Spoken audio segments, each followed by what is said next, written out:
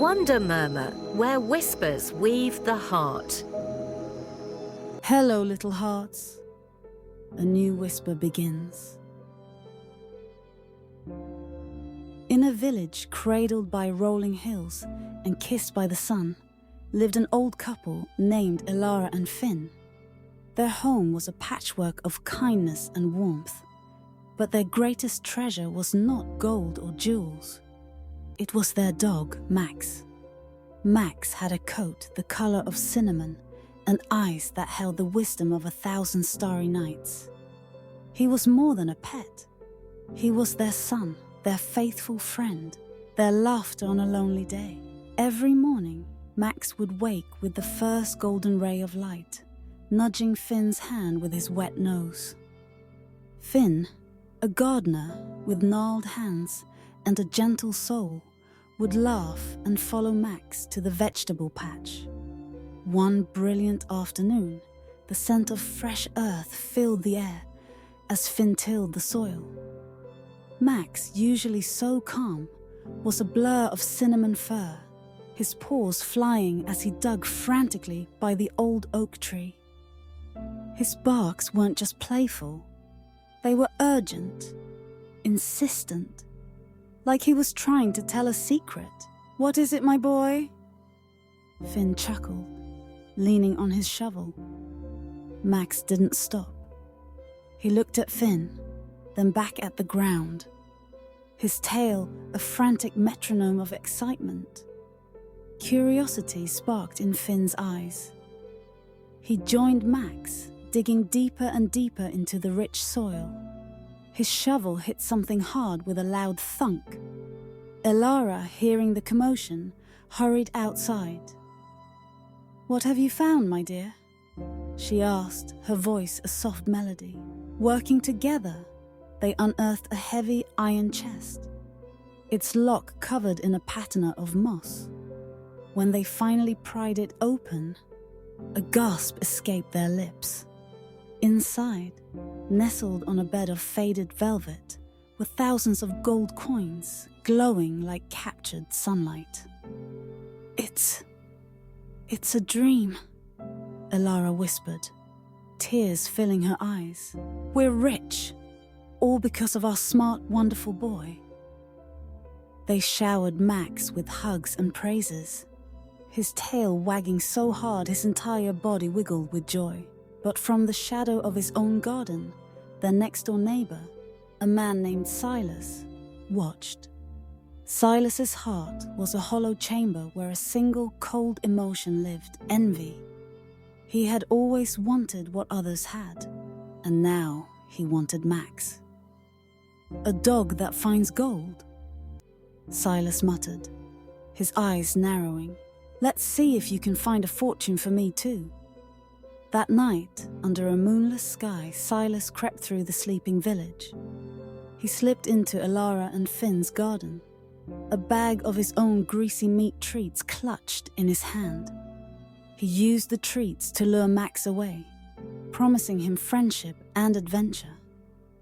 Max, trusting and gentle, followed him, his tail still wagging. But when the back gate clicked shut, Max's tail stopped. A cold dread settled in his chest. The next morning, Elara and Finn awoke to a silence that was deafening.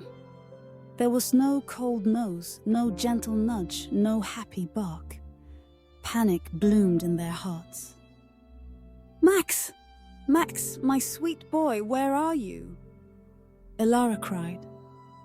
They searched everywhere, their calls growing more and more desperate.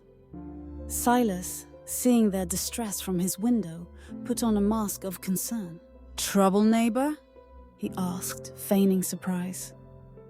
"Our Max is gone," Finn said, his voice raw with worry. "Have you seen him?" Silas pointed a finger towards the main road. "Yes, just this morning. He was chasing a little grey cat towards the city. He looked so happy and excited. I didn't want to disturb him." Yet, deceived by his neighbor's lie, the old couple hurried to the city to search for their beloved dog.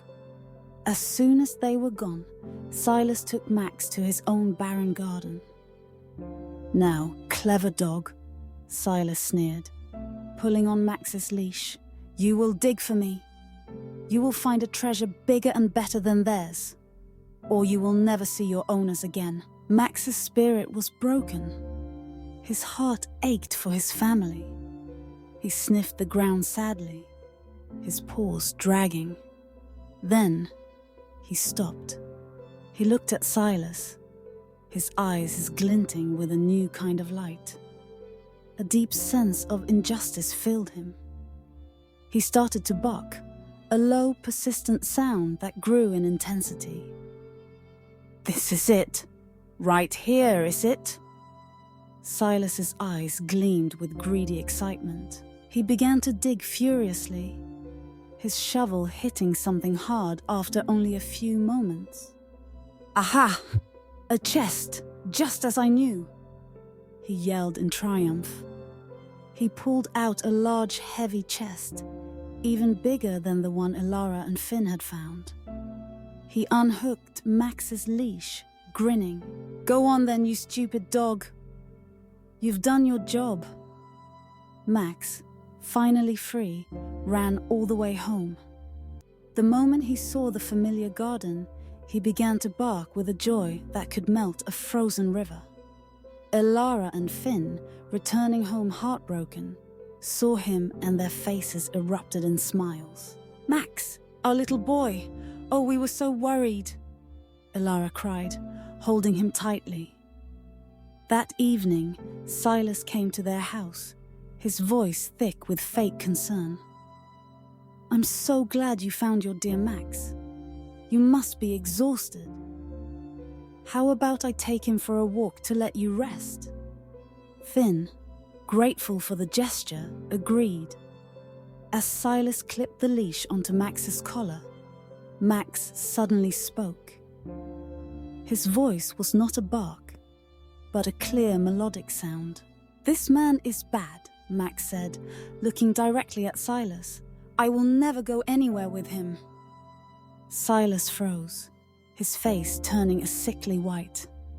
His jaw dropped, but Elara and Finn only heard a gentle, soft bark. "He's a very affectionate boy," Elara said, petting Max's head. "He just barked." "Why are you so surprised, neighbor?" "He didn't bark, he spoke," Silas stammered, his eyes wide with fear and confusion. Finn laughed. "Perhaps you should get some rest, my friend. It seems the worry for our little Max has made you lose your head." Silas stumbled away, his mind reeling. He couldn't believe it. He was the only one who had heard Max speak. The next day, he returned with the village elder, a stern, wise man, and a crowd of curious villagers. "Dear elder," Silas cried, pointing a trembling finger at the couple, "these two are wizards, and their dog is a magic dog. He found them a treasure, and he speaks, I can prove it." The elder, having known Elara and Finn for years, simply shook his head. "They are good people, Silas. Do not make false accusations without proof." Silas, desperate, called out to Max, "Speak, dog, speak and prove it." Max walked to Silas, looked up at him, and said, in a voice only Silas could hear, "You are a greedy, evil neighbor. You stole me for a worthless dream." Silas's eyes bugged out. "See, he spoke again. Didn't you hear it?" The villagers looked at each other in confusion. "He just barked," one said. "He sounds like a regular dog to me." "He's a magical dog. He'll find you treasure," Silas roared, pointing wildly to his own garden. "I'll show you." He ran and dragged his own chest back to the village square, opening it with a triumphant flourish. But instead of gold, the chest was filled with nothing but dry, worthless sand.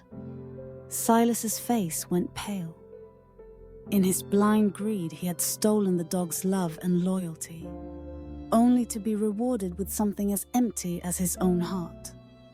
He confessed everything, his head bowed in shame.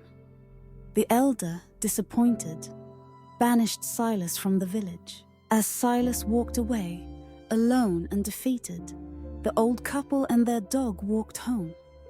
That evening, as Max curled up by the fire, Finn stroked his head. "You are our true treasure, my boy," he whispered.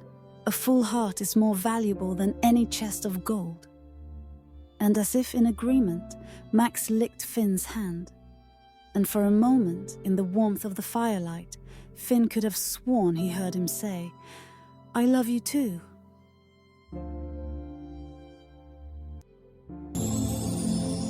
Wonder murmur, the story departs, yet the whisper imparts.